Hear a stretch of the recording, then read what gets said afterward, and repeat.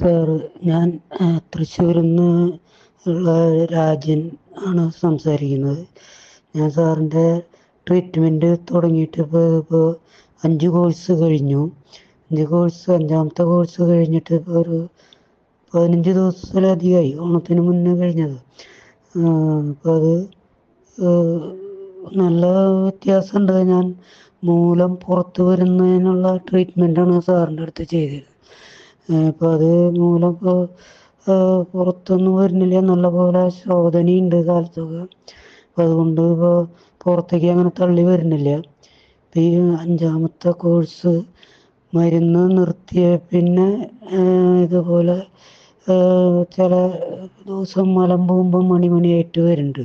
ഇപ്പം മരുന്നുകളൊക്കെ നിർത്തിയിട്ട് 15 ദിവസമായി. അപ്പം അതാണ് മരുന്ന്, ശോധനയ്ക്കുള്ള മരുന്ന് കാലത്ത് ഇല്ലാണ്ടായിപ്പോൾ ചില ദിവസങ്ങളിൽ ഇപ്പോൾ ഇങ്ങനെ ഈ മലം പോണത് മണിയായിട്ട്.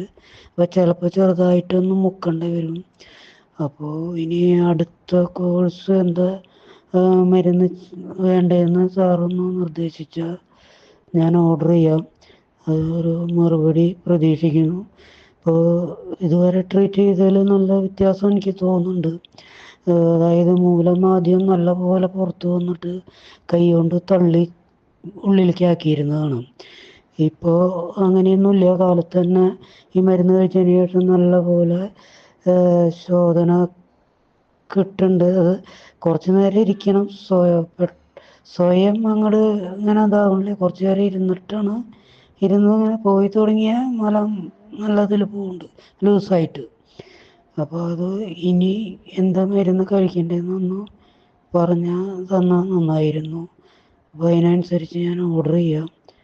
സാറ് മറുപടി പ്രതീക്ഷിക്കണം. തൃശ്ശൂരിൽ നിന്ന് രാജൻ. ഓക്കെ.